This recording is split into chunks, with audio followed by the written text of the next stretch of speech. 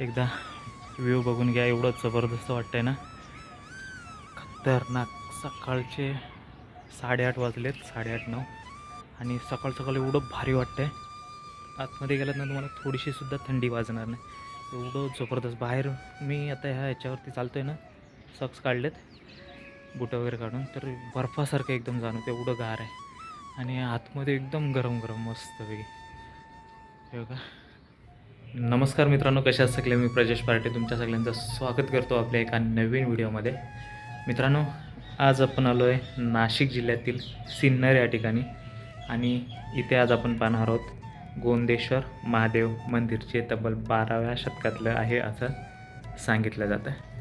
चला तर मग वेळ न घालवता व्हिडिओला सुरुवात करू. कुठे जाऊ नका, व्हिडिओ शेवटपर्यंत पहा, आणि अजूनपर्यंत आपल्या चॅनलला सबस्क्राईब केलं नसेल तर आत्ताच्या आत्ता जाऊन सबस्क्राईब करा. चला तर मग व्हिडिओला सुरुवात करू. मित्रांनो, आत्ता जिथे आपण आहोत तो आहे या मंदिराचा पूर्वीचा प्रवेशद्वार, जो पूर्व दिशेला आहे, आणि इथूनच आतमध्ये प्रवेश करताच तुम्हाला पहिलं हे समोरच दिसतंय ते आहे नंदी भगवानचं मंदिर, जे मुख्य मंदिराच्या समोरच्या बाजूला आहे, म्हणजेच मुख्य दरवाजासमोर तुम्हाला पाहायला भेटेल पूर्व दिशेस. आणि हे मंदिर 5 मंदिरांचं संच आहे, ज्याला ह्या बाजूला विष्णू भगवान, इकडे सूर्य भगवान, त्याच्या समोरच्या बाजूला हे दिसते ना तिथे पार्वती माता, आणि या बाजूला गणपतीचं मंदिर आहे. मुख्य मंदिर हा मधोमध आहे, जे गोंदेश्वर महादेवचं मंदिर आहे, आणि त्याच्याच बाजूला 4 मंदिरं आहेत. असं 5 मंदिरांचा एक संच आहे. आणि समोर जे तुम्हाला दिसतंय ना, हे आहे नंदी भगवानचं मंदिर, मंडप म्हटलं तरी चालेल.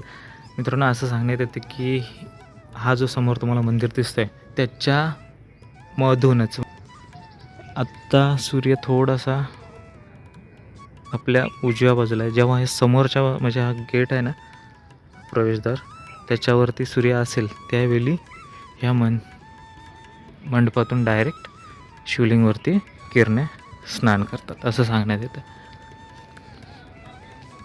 किरणे पडतात असं सांगण्यात येतं.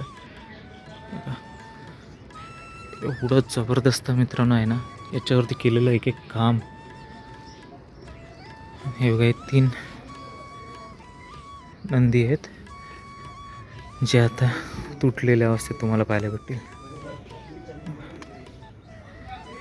इथे आहे सूर्य देवाची मूर्ती या मंदिरामध्ये. छोटे 4 मंदिर आहेत. आणि तुम्हाला असं पाहायला भेटेल की हे बघा, हे जे हत्ती आहेत ना, हे बघा,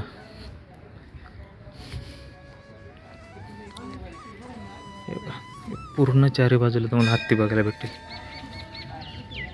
आणि एवढं जबरदस्त कोरीव काम केलं आहे.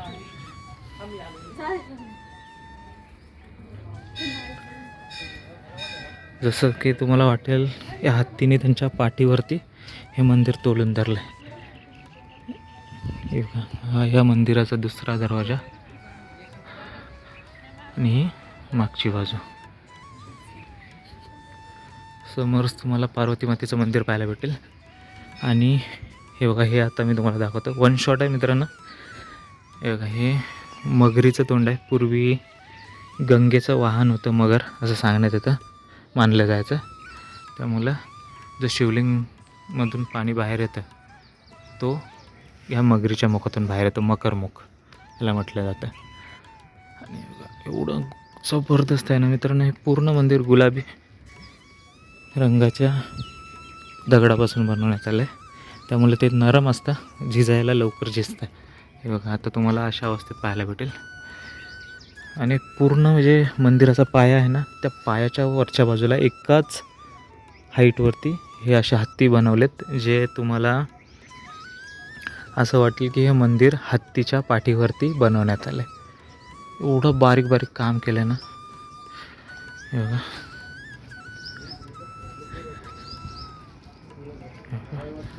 आत्ता आपण आलो आहे गणेश मंदिराजवळ. हा 3रा उपमंदिर आहे.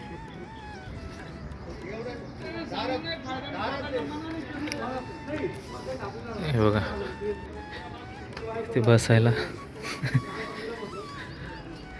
हे गणेश मंदिर.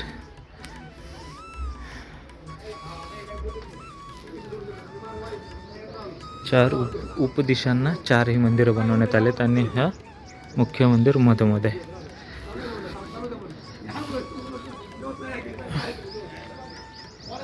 एवढं जबरदस्त वाटतंय मित्रांनो, छोटं छोटं काम त्याच्यावरती.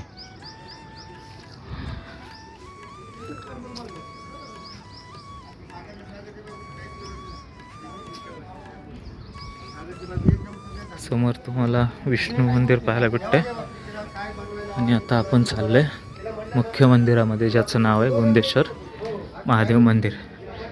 आतमध्ये प्रवेश करण्या अगोदर हे बघा, हे तुम्हाला छोटं छोटं बारीक काम मी दाखवतो. एवढं जबरदस्त वाटतंय हे बघा.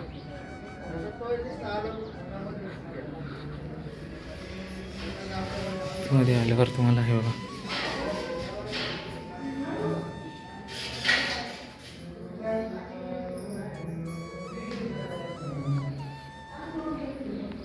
समोरच नंदी मंडप आहे आणि आतमध्ये आल्यावर गोंदेश्वर महादेव मंदिर.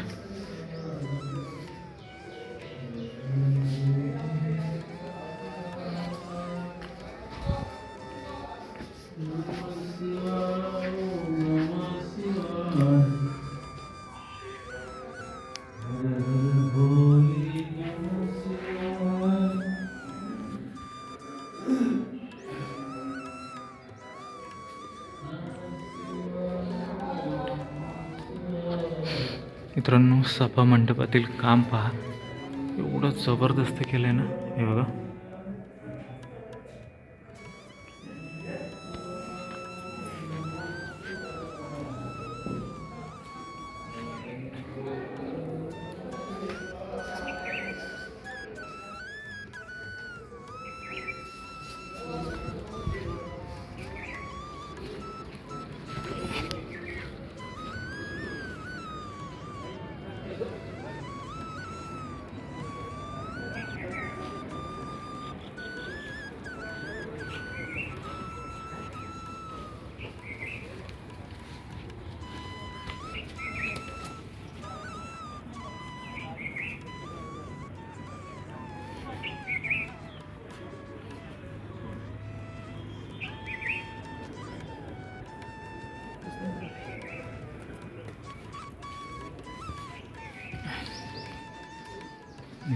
हे विष्णुदेवाची मूर्ती आणि हे छोटंसं मंदिर.